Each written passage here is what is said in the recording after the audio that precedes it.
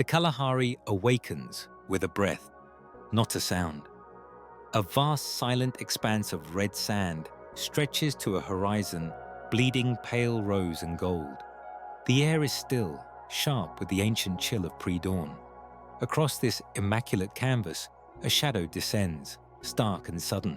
It is the perfect, deadly silhouette of a martial eagle, a hunter of the vast open skies. Below, isolated at the edge of his clan's burrow, a tiny, scruffy meerkat, Pip, stands sentry.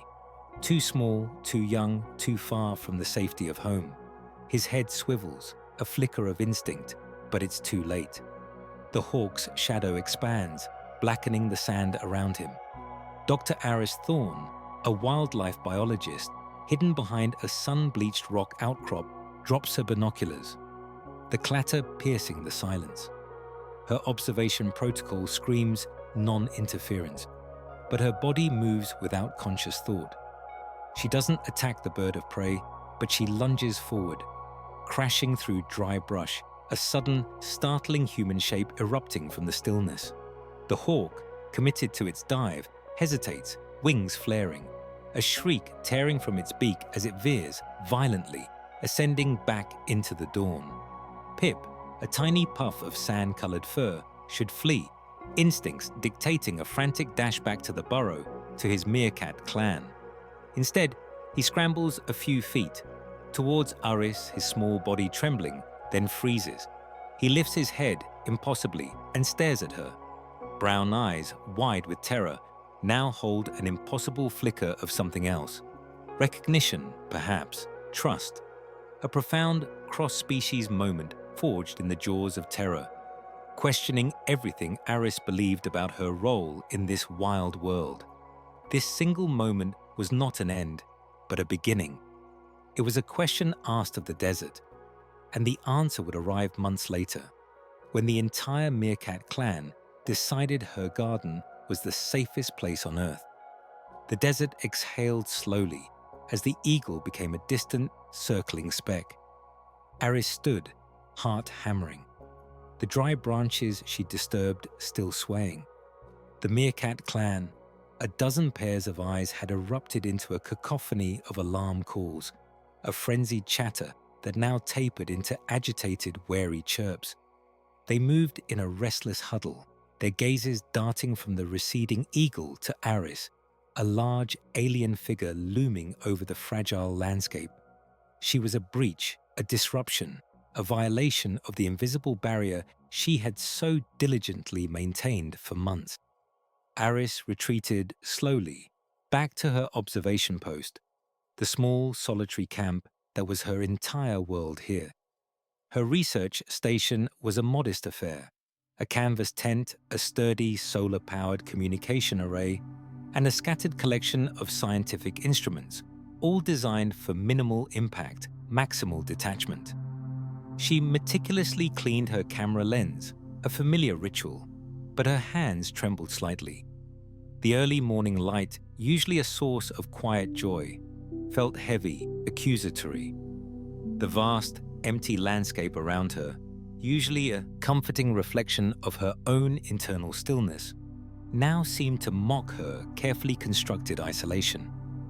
Her loneliness, a quiet, constant presence she'd learned to live with, felt amplified, punctuated by the silent judgment of the desert. She pulled out her field log, the thick pages filled with precise, dispassionate observations of the meerkat clan, designated Kalahari Group Alpha. She recorded the incident with clinical precision. 17 Zulu, subject P, yearling male, isolated during patrol, predation attempt by Aquila rapax, martial eagle, observer-initiated disturbance, class 3 non-contact, causing aborted predation.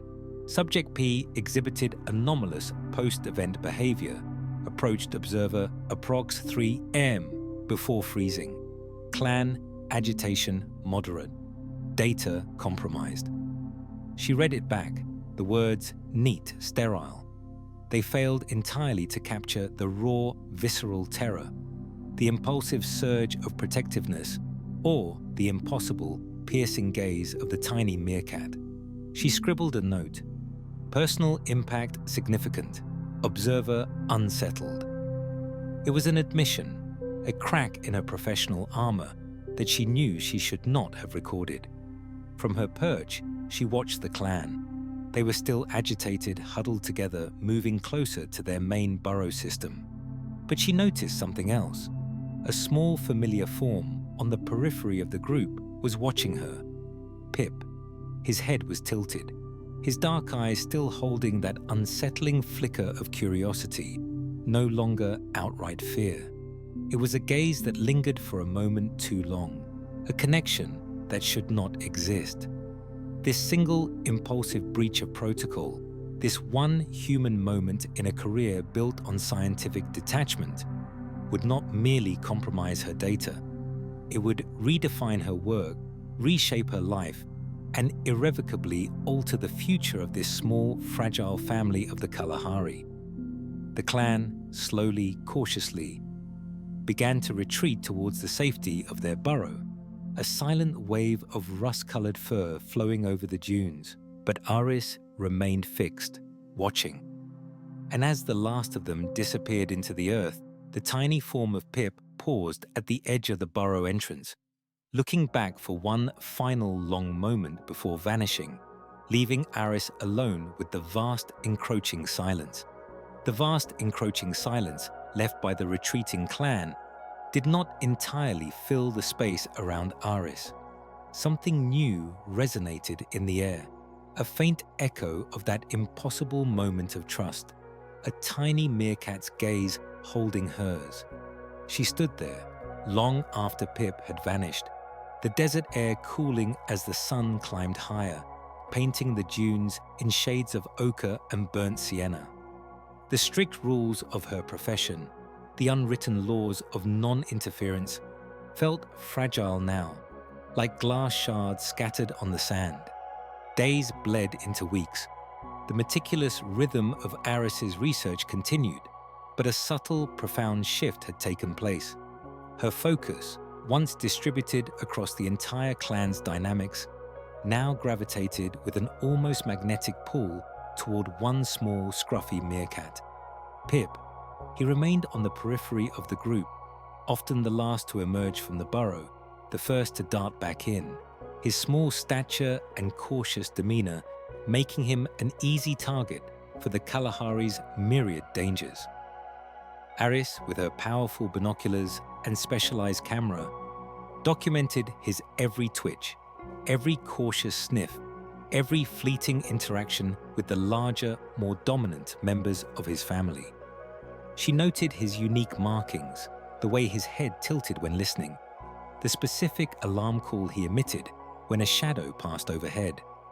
This obsessive detailing, she told herself, was merely a logical extension of her study, an investigation into post-traumatic stress and individual behavioral adaptation within a social hierarchy. But deep down, a tender, illogical chord vibrated within her. Pip, in turn, began his own tentative steps across the invisible line that separated their worlds. At first, he would only forage within a wide perimeter of Aris's stationary observation spot, his dark eyes flickering towards her at every rustle of her jacket, every adjustment of her camera lens. Then, imperceptibly, the perimeter began to shrink. He would dig for beetles a little closer, his back to her, as if testing the boundaries of her perceived threat. He stopped bolting for cover the instant she shifted her weight. It was a slow, patient negotiation, a silent agreement forming in the vast, indifferent desert. Aris would sit for hours, motionless, a part of the landscape, allowing Pip to become accustomed to her benign presence. She found herself whispering to him sometimes, soft, low murmurs that were more for herself than for the small creature, acknowledging the impossible connection that was blossoming. Her internal monologue became a constant wrestling match. "This is not science, Aris," a voice, crisp and rational, would chide. "This is attachment. This is anthropomorphism. This is contamination of your data." she would counter with scientific jargon, constructing elaborate justifications in her mind. Pip's unique history made him a prime subject for individual case study. His behavioral modifications were significant anomalies requiring dedicated focus. But the truth was simpler, more profound. She was becoming attached, deeply and irrevocably. The quiet loneliness that had been her constant companion in the desert was being slowly, tenderly eroded by the presence of this small, vulnerable creature. One afternoon, lost in the rhythm of observation, Aris found herself unconsciously fiddling with a small, smooth grey riverstone she often kept in her pocket, a perfect, cool oval she had picked up months ago from a dry riverbed. It was a grounding object, a tactile anchor in the endless expanse. As dusk painted the sky in fiery hues, she rose to pack up her equipment, her gaze still fixed on Pip, who was now barely 30 feet away, engrossed in digging for a scorpion. She walked back to her small, isolated research station, the image of Pip sharp in her mind. The next morning, as the first light touched the world, Aris returned to her observation spot. Her eyes, as always, scanned for the meerkat burrows, and then she saw it. A few inches from the edge of the nearest active burrow, nestled perfectly in a small dip in the sand, was her smooth grey stone. She had left it behind yesterday, accidentally, but it had not remained where she'd left it. It had been moved carefully, deliberately, a few inches closer to the meerkat's home. It was a silent communication, a monumental gesture across an impossible divide, and a soft, genuine smile graced Aris's face for the very first time since she had arrived in the Kalahari. That soft, genuine smile lingered on Aris's face, a rare blossoming in the stark landscape as she returned the stone to her pocket.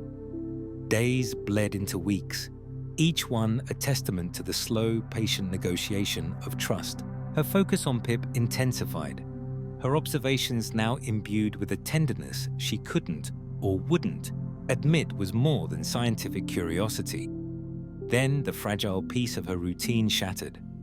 One sweltering afternoon, the air thick and still, Aris knelt near a low bush, her camera focused on Pip as he tentatively investigated a thorny acacia when the desert erupted.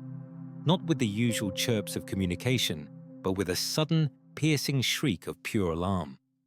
The sound tore through the silence, followed by a cacophony of frantic, high-pitched barks and growls. The entire meerkat clan, previously dispersed in their foraging, surged together, a swirling knot of desperate, defensive fury. Their tails lashed, their tiny bodies bristled, creating a bubbling sphere of sheer panic. Aris instinctively rose, her heart hammering against her ribs, her gaze sweeping the agitated group. Near the main burrow entrance, where the youngest pups would be sheltering, a sleek, dark form uncoiled itself from the sun-baked earth. A Cape cobra, its hood flaring just slightly, its head raised, tasting the air with a flickering tongue. It moved with a terrifying grace, a silent, living ribbon of venom heading directly for the vulnerable opening. The meerkat's calls reached a fever pitch, a primal scream against the encroaching death, but they were too small, too outmatched. Aris, a towering figure against the flat horizon, stood frozen, her camera forgotten, her very being a monument of shock and protective instinct. She did not move, did not yell, did not even consciously think. Yet her simple, enormous human presence, a silent, looming sentinel, was enough. The cobra, perhaps sensing the unfamiliar, massive shadow that had suddenly manifested, or perhaps merely reconsidering the odds against such a unified, desperate wall of fury, paused. Its head dipped, then slowly, almost imperceptibly, it began to coil back upon itself. It slithered away, a dark current disappearing into the sparse scrub, leaving behind only the lingering scent of ozone and fear. The immediate, visceral panic of the clan began to recede, replaced by a low guttural murmur of relief and residual agitation. But the matriarch, a stern, battle-scarred female with a missing patch of fur above her left eye, did not immediately join the general settling. For the first time, she turned away from the receding threat and fixed Aris with a long, intelligent stare. It was not the wide-eyed fear Aris had grown accustomed to, nor the cautious curiosity of Pip. This was an assessment, deep and unwavering, as if the ancient wisdom of her lineage was weighing Aris's very soul. The matriarch looked at the empty space where the cobra had been, then back at Aris, then at her scrambling clan. She was re-evaluating Aris's role in their environment, categorizing her not as a passive observer, nor as a predator, but as something new, something different. In the days that followed, the change was palpable. The clan, though still wild and wary, allowed Aris slightly closer than before. The invisible threat radius around her, that instinctive zone of flight, had undeniably shrunk. They still barked if she moved too suddenly, still scattered if she made an abrupt noise. But the underlying anxiety that had once defined their interactions with her had lessened. They no longer saw her merely as a large, unpredictable animal. They understood, in their own complex way, that her presence, even her stillness, could be a shield. The matriarch, standing on her guard mound, would often glance in Aris's direction, her gaze still sharp, but now tinged with something akin to acknowledgement. One morning, as the sun climbed above the distant dunes, the matriarch gave a soft, all-clear chirp, a sound meant for her clan, but her eyes, for a long, significant moment, remained fixed on Aris, a clear acknowledgement of her profound, undesigned role in their safety. The matriarch's eyes, holding Aris in their steady gaze, finally flicked away, and a ripple of movement carried the clan further into the rising sun. Aris remained on her porch, feeling the weight of that silent acknowledgement, a warmth spreading through her chest that had nothing to do with the morning heat. Days bled into weeks, each one deepening the subtle dance between Aris and the small wild family. Pip, in particular, grew bolder, his movements around her observation post losing their frantic edge. She still sat, silent and unmoving for hours, her camera often forgotten, simply watching. He would forage within feet of her boots, digging with quick practice paws, occasionally pausing to stand tall on his hind legs, scenting the air, his dark eyes meeting hers for a fleeting, impossible moment. Aris found herself tracing his movements in her mind even when he was out of sight, documenting not just his foraging patterns, but the almost imperceptible changes in his posture, the growing confidence in his stride. This wasn't science, not anymore, or at least not the science she had been trained for. It was a profound, quiet negotiation of trust, conducted across an impossible divide of species and understanding. She wrestled with her conscience, recalling the stern lectures on non-interference, the cardinal rule of her profession. Yet how could she detach from the tiny meerkat whose life she had saved, whose gaze held a spark of something almost human in its recognition? She justified her focus on Pip as a unique case study in post-traumatic behavioral adaptation, a scientific anomaly worthy of unprecedented observation. But deep down, she knew it was more than that.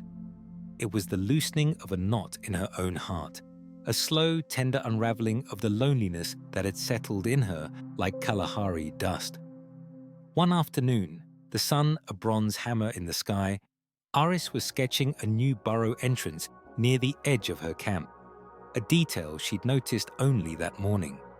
She left her well-worn leather journal and a favorite smooth sun-warmed stone she often fiddled with, set beside her boot. As the shadows lengthened, she packed up her equipment and retreated inside for a moment, needing a break from the relentless heat. When she returned, drawn by a sudden quiet in the chirping around her, she saw him. Pip, small but resolute, stood a few yards from her boot. He had approached with a stealth she hadn't noticed, a swift, deliberate crossing of the invisible boundary. In front of her boot, where the stone had been, now lay a large, dark, chitinous beetle, still twitching its antennae in frantic confusion. Pip had placed it there with an almost ceremonial care. He didn't run. He retreated only a few feet, standing on his hind legs, his body rigid with anticipation, his eyes dark and intelligent, fixed on her face. Aris felt her breath catch in her throat. She understood. Not just a morsel of food, but a provision, an offering, a profound gesture of social bonding within Meerkat society. It was a communication more potent than any words, a testament to a trust she hadn't dared to fully acknowledge. She didn't move a muscle. She simply spoke, her voice low and gentle, barely above a whisper. "Thank you, Pip. Thank you." The words themselves were secondary. It was the tone, the raw, unburdened sincerity that mattered. A deep, mutual recognition passed between them in that silent, sun-drenched moment. As Pip stood watching, a tiny sentinel guarding his gift, Aris felt a profound shift within herself. His growing confidence, his slow, deliberate steps toward an impossible friendship, mirrored her own halting journey back from an isolation she had believed to be unbreakable. The unspoken grief that had driven her to this remote corner of the world, that had fueled her professional detachment, began to recede, replaced by a tender, unfamiliar sense of belonging. The beetle, still twitching, was a small, vibrant testament to a bond that defied every rule she had ever known. Later, as the desert cooled, Aris sat sketching in her journal, the meticulous lines of the beetle's segmented body appearing on the page. Beneath the drawing, she wrote, in her precise hand, "Gift from P," the final abandonment of clinical detachment. The quiet triumph of "Gift from P" lingered in Aris's journal, a warm ember in the vast silence of the desert night. But the world of protocols and deadlines, though distant, had its own inexorable rhythm. Days after Pip's profound gesture, her screen flickered to life, the scheduled video call a stark digital intrusion into her newfound reality. Dr. Cole, her supervisor, appeared. His face, etched with the impersonal lines of countless data analyses, filled the rectangle, a world away from the sun-baked sand and the twitching beetle. "Thorne," he began, his voice a crisp, unyielding cadence that spoke of spreadsheets and statistical significance. "Your latest reports are meticulous, as always. Exceptional detail on the clan's foraging patterns." He paused, a beat too long. Aris felt a familiar tightening in her chest. Cole was a man of numbers, a scientist who saw the world in quantifiable outcomes, not in the impossible trust forged over a shared moment of fear. He scrolled through her uploaded data, his eyes narrowed. "However," he continued, the word hanging like a judgment, "I'm noting some anomalies, a disproportionate focus on a single individual, Subject P, and a curious shift in the clan's overall threat response. They appear less wary of your presence than typical, significantly so." Aris swallowed, her carefully constructed defenses rising. "It's a unique case study, Dr. Cole. Post-traumatic behavioral adaptation. Subject P's early life trauma, specifically the Hawk incident, seems to have triggered an unusual response. I'm documenting it as a deviation from expected ethological patterns." She spoke with a practiced clinical detachment, a performance she was beginning to find exhausting. Cole's gaze sharpened, piercing through her scientific jargon. "Anomalies, Thorne, can also be indicators of contamination. Anthropomorphism, however well-intentioned, clouds the data. It compromises the integrity of the observation. Our mandate is clear. Observe, Thorne. Do not influence." The word struck her with the force of a physical blow, reverberating through the fragile structure of her unique connection. Was she a scientist meticulously charting the wild, or had she become a zookeeper, inadvertently bending nature to her will? Was she truly helping this clan? Or was she, with every gentle word and every subtle intervention, creating an unnatural dependency, a vulnerability she could not protect them from in the long run? Her professional identity, the very bedrock of her life for decades, felt suddenly unstable, crumbling beneath the weight of her heart. A moment of silence stretched, thick with unspoken tension. Aris attempting to lighten the mood, or perhaps just to remind herself of another, simpler love, gestured off-screen. "My son, Ben, actually came to visit over his holiday last month," she offered, a small, genuine smile touching her lips as she quickly flipped through some photos on her desk, settling on one of a beaming Ben, 15 now, standing by a lake during his recent safe visit. "He's doing well, keeps asking when I'll be back home." Cole offered a perfunctory nod, his eyes already drifting back to the screen, to the numbers that defined his world. The brief human interlude was over. "Your personal life, Thorne," he said, his voice returning to its steely precision, "is your own. Your professional conduct, however, is ours. Reevaluate your methodology. Focus on the aggregate, not the individual, and ensure no further contamination of the data." The call ended abruptly, the screen going blank. Aris found herself staring at her reflection in the blank computer screen, the weight of her superior's words pressing down on her. The blank screen reflected a face etched with the conflict of 1,000 silent battles. Dr. Aris Thorne saw not just herself, but the stark chasm between the scientist she was trained to be and the human she was becoming. Dr. Cole's words, cold and clinical, echoed, "Do not influence, no further contamination." She clung to them, a professional mantra, even as the desert outside began to wither. Days crawled into weeks, each sunrise bringing a harsher reality. The sky, once a brilliant blue, now seemed a searing, indifferent canvas.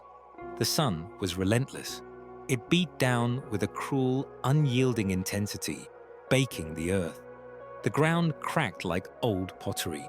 Dust devils, once playful, grew into menacing spirals. What little scrub had clung to life quickly turned brittle, then crumbled to dust. Food sources vanished. The hardy succulents shriveled. Insects, the meerkat's vital sustenance, burrowed deep, too deep to reach, or simply died. The primary water source, a shallow seasonal pan kilometers away, receded daily, eventually becoming nothing but a stretch of white, cracked clay. Observing suffering became Aris's new, agonizing routine. She documented the clan's decline with a heavy hand, her meticulous notes now tainted with despair. Their movements grew sluggish. Foraging expeditions yielded little, draining precious energy they could not afford to lose. Their sleek fur dulled. Their bright eyes, once so full of curious animation, began to sink into their small faces. Pip, always the smallest, the most vulnerable, struggled most acutely. He lagged behind, his chirps weaker, his sentinel duty less frequent. His gaunt frame was a constant, searing indictment.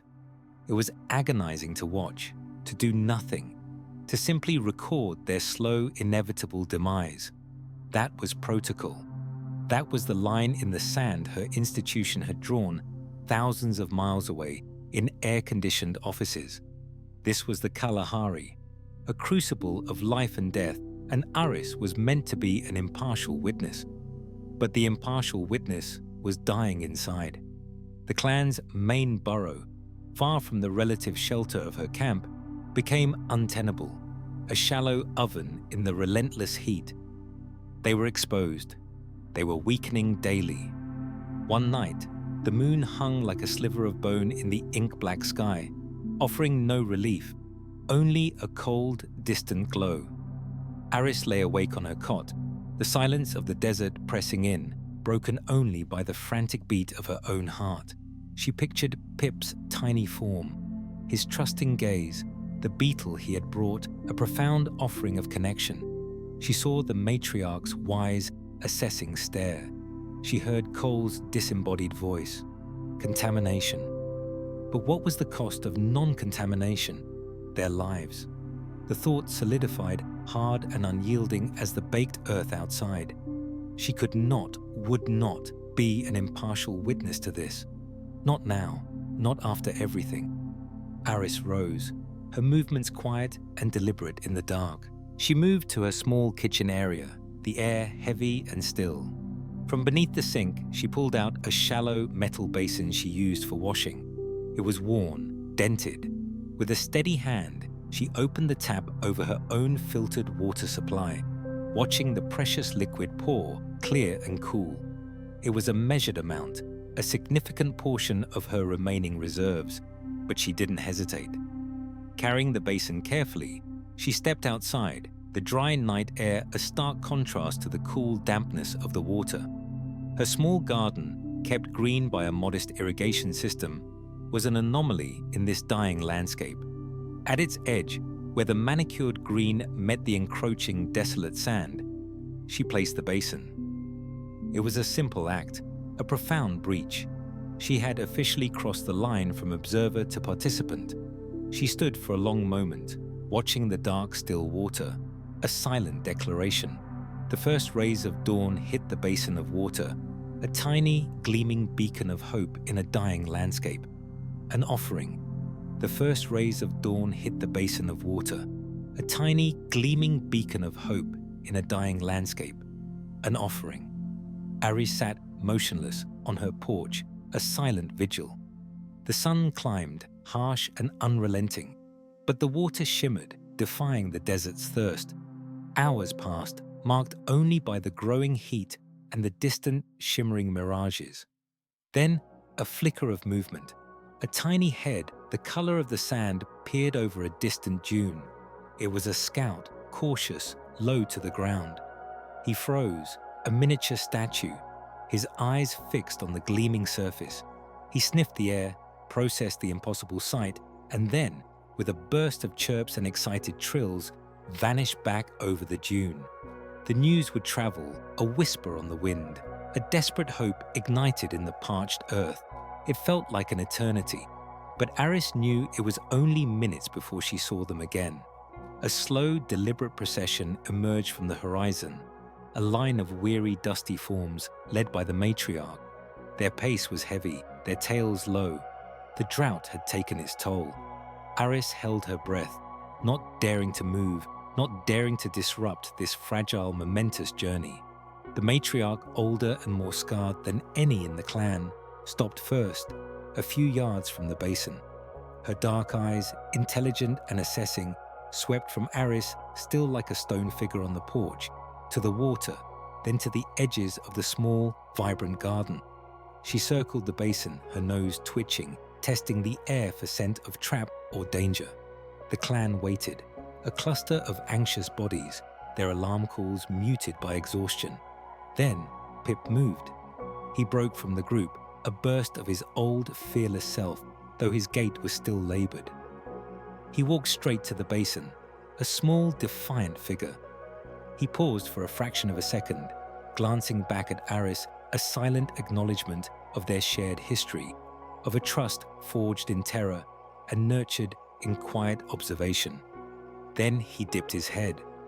The sound was a whisper against the vast silence, a soft lapping, then another and another. It was the sound of life returning, a fragile symphony against the desert's death knell. A profound relief washed over Aris, a wave so powerful it nearly brought her to her knees. She felt the tears sting her eyes, but she held them back, determined not to break the spell. One by one, the others followed. The matriarch watched Pip drink for a long moment, her gaze softening, before she too approached. a picture of weary dignity. The sound of their drinking filled the morning, a chorus of tiny sips, punctuated by the occasional contented chirp. It was an orchestration of survival. But they did not just drink and leave. With bellies full of the precious water, the clan began to explore. They discovered the unexpected shade beneath Aris's small acacia trees she had carefully nurtured with her irrigation system. They found patches of damp soil, rich with insects and grubs, a feast in a world of famine. The garden was not just a water source, it was an oasis, a haven of food and shelter that defied the desolate landscape beyond its low stone wall. The matriarch stood near the sturdy wall of Aris's small home, her eyes scanning the open, dangerous sky, then back at the solid, human-made structure, at the safety it implied. She was making a calculation, weighing the risks of the wild against the impossible sanctuary of this place. Without a sound, she gave a soft, reassuring chirp, and then turned, leading her clan not away from the garden, but into it, to rest in the shade of a hardy bush. The matriarch's decisive chirp was a silent command, a declaration of a new beginning. Her clan, following her lead, moved with a cautious grace, slipping past the low stone wall and into Aris's small garden. They explored with an almost reverent curiosity, sniffing at the damp earth, finding shelter beneath the gnarled roots of a desert olive tree. It wasn't long before the instincts of generations took over. Small, agile paws began to scratch at the soft, damp earth beneath the densest bushes, tentative at first, then with increasing purpose. Slowly, meticulously, they started to carve out a new satellite burrow system, a labyrinth of safe chambers within the protected confines of Aris's sanctuary. They had chosen this place, not just for water, but as a home, a fortress against the vast, unforgiving dangers of the desert. Aris's life, once a symphony of quiet solitude, was utterly transformed. Mornings were no longer silent. She woke to the sharp, clear alarm chirps of Meerkat sentries, their silhouettes stark against the fiery Kalahari sunrise, standing guard on her porch railing or atop the garden wall. As she brewed her coffee, a flurry of activity unfolded around her. The clan foraged, their tiny noses twitching as they hunted for insects in the damp soil, their chirps and trills a constant, comforting chorus. She moved among them, a silent, benevolent mountain they had chosen to live beside, her presence a familiar, accepted part of their landscape. Her camera was still ever present, but her gaze was no longer merely scientific. It was tender, filled with a deep, abiding wonder.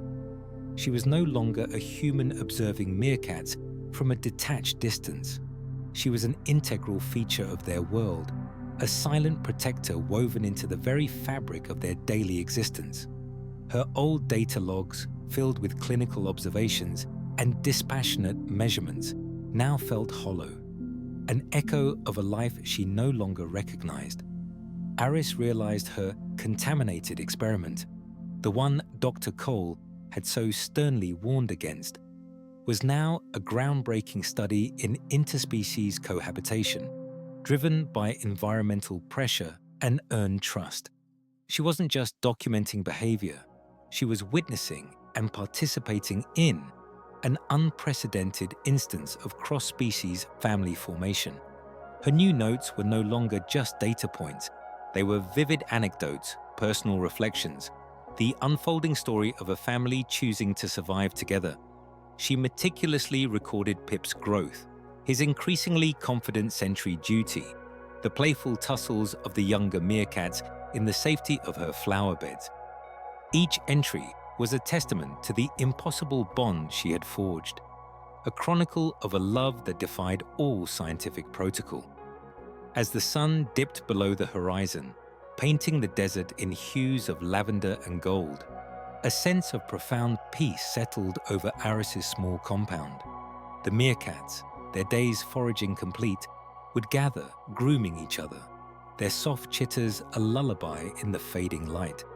Then, one by one, they would disappear into the new burrows they had dug, particularly the young, whose small forms would vanish into the cool, dark earth within the garden.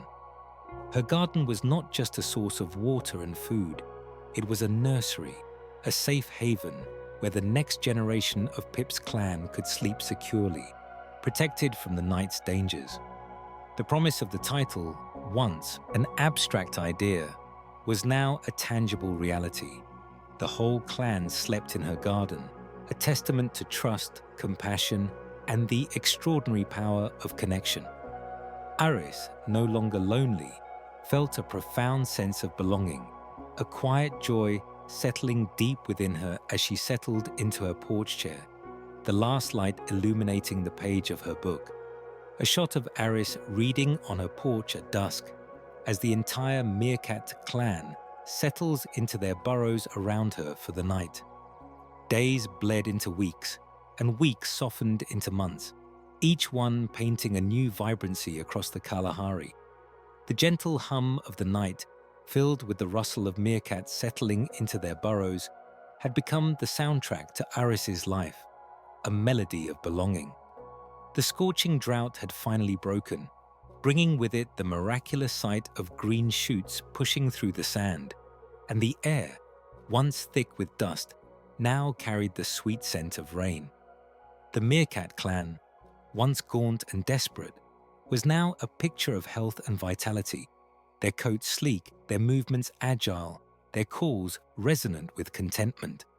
Pip, the tiny, vulnerable yearling, had grown into a sleek, confident adult. His sentry duties were performed with a keen awareness, his small frame now a pillar of vigilance on the highest mound, a testament to resilience forged in impossible trust. The bond between him and Aris was a silent, unshakable covenant, deeper than any words could convey, stronger than any scientific protocol could forbid. Then, one cool morning, as the sun painted the sky in hues of apricot and rose, the sharp ping of her laptop felt like a gunshot in the tranquil dawn. It was an email from the institution, curt and efficient. Dr. Thorne, your field research term is officially concluding in 2 months. Please prepare for demobilization. The words, impersonal and stark, slammed into her with the force of a physical blow. The world of regulations and schedules, of reports and deadlines, crashed down upon the oasis of her life, shattering the peace she had found. It was an end she knew was coming, a finite contract, yet the reality of it hit her like a surprise ambush. Aris stared at the screen, the vibrant dawn outside her window now muted, her heart a hollow ache. 2 months. 2 months to dismantle the life she had so painstakingly built, 2 months to sever a connection that had burrowed its way into her very soul.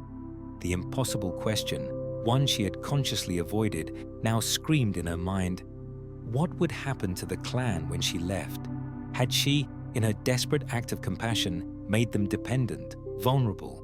Had she, in her effort to save them, inadvertently doomed them to a future without their human guardian? The pure, unadulterated joy of their connection was now profoundly shadowed by the pain of an impending, unavoidable separation. Her professional identity, once a rigid shield, was now a tattered cloak, offering no comfort against the chill of this realization. She had brought them safety, love, life itself, but had she also stolen their complete autonomy? The next days were shrouded in a melancholic haze. Aris began the hardest task she had ever faced, preparing for goodbye. Every interaction with the clan, every quiet observation, was now tinged with the bittersweet knowledge of its impermanence. She started to subtly rewild them, a gentle, agonizing push towards a future without her. The water basin, once always full, was now left empty for longer stretches, encouraging them to seek out the natural, albeit still sparse, dew. She would scatter grubs and beetles further from the protected confines of her garden, coaxing them to forage afield, reminding them of the desert's own bounty. Her garden, their sanctuary, needed to become a safe base, not a sole resource. She watched as Pip, always the boldest, would lead the younger meerkats further into the bush, teaching them to dig, to scent, to survive as their ancestors had. It was an act of profound, selfless love, tearing at her heart with every successful foraging expedition. Each small step towards their independence was a triumph and a fresh wound. Aris watched Pip on sentry duty, looking strong and capable, and feeling a mix of pride and profound sorrow. Aris watched Pip on sentry duty, looking strong and capable, and feeling a mix of pride and profound sorrow. The final weeks were a blur of meticulous documentation and aching goodbyes. She spent hours at her laptop, the screen illuminating her face in the vast desert nights, poring over her observations. This was her final report, a culmination of her research term, but it became something more, a testament. She meticulously detailed the clan's growth, their unique behaviors, their unprecedented resilience, always circling back to the anomalies Dr. Cole had warned her against. Her fingers flew across the keyboard, shaping arguments with scientific rigor, yet imbued with deep personal conviction. True conservation, she typed, her words firm and clear, is not merely about detached observation, but about compassionate, intelligent engagement. It acknowledges the profound, often invisible, interdependence that exists between all species. She championed their adaptability, their capacity for trust, their flourishing health, all inextricably linked to her unprofessional intervention. This was her legacy, her argument for a science infused with soul. The last morning arrived, cool and crisp, carrying the scent of acacia and dust. Aris moved through her small home with quiet efficiency, packing her research equipment, her personal belongings. The smooth grey stone she'd once left behind, now a cherished talisman. She carefully stowed her field guides, her laptop, the worn binoculars. Outside, the meerkats were out, not foraging wildly, but stationed, almost sentinel, around the perimeter of her home and the garden that had been their refuge. They didn't approach, didn't make their usual excited chirps. They simply watched. Their dark eyes, so expressive, held a silent, knowing understanding. Aris didn't wave, didn't call out. There were no dramatic gestures, no drawn-out goodbyes. Such a performance would have felt false, an imposition on their wild dignity. She simply looked at them, letting her gaze sweep over each familiar face, lingering on Pip, strong and alert on his sentry mound. Her throat tightened, a physical ache in her chest. Her breath hitched, and she whispered, the words barely audible in the vast silence, "Be safe." The engine rumbled to life, a jarring sound in the quiet desert. Aris gripped the steering wheel, her knuckles white. She put the vehicle in gear, gravel crunching under the tires. Slowly, she pulled away from the research station, away from the garden, away from the silent, watching eyes of her chosen family. She did not look in the rearview mirror. To do so would have been to break a promise to herself, to them. A promise of letting go, of allowing them to be fully wild once more. Love, she understood now, was not measured in permanence. Its true value lay in its power to transform, to reshape the landscape of a life, to create resilience where there had once been vulnerability. It was not about holding on, but about giving the strength to thrive independently, to face the vast, dangerous world with a new, quiet confidence. She carried them with her, not as a burden, but as a living, breathing part of who she had become. The silence of the car was immense, but it was no longer empty. Months later, the desert had resumed its slow, ancient rhythm. The small research station stood, weathering the sun and wind, awaiting its next occupant. A new researcher, a young man named Elias arrived, eager to begin his own study of meerkat social dynamics. He set up his equipment, meticulously organized his notes, oblivious to the profound history embedded in the soil beneath his feet. The garden, left untended, was just a garden again. A patch of hardier flora amidst the sand, a few stubborn green shoots hinting at past irrigation. Yet, as he worked, Elias noticed something unusual. A clan of remarkably bold and healthy meerkats foraged near his camp, their chirps confident, their movements fluid. One particular male, larger and more scarred than the rest, often stood sentry. This meerkat, Pip, now a king in his own right, perched on the low old garden wall. He didn't look at the human, didn't acknowledge the vehicle. His gaze was fixed on the distant horizon, scanning the vast open expanse of the Kalahari. He was vigilant, powerful, entirely self-sufficient, a testament to a kingdom a human had helped him save.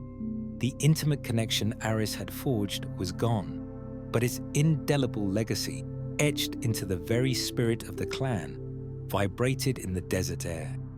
The final symbolic image of Pip, no longer a tiny, vulnerable creature, but a resilient survivor, forever changed by an impossible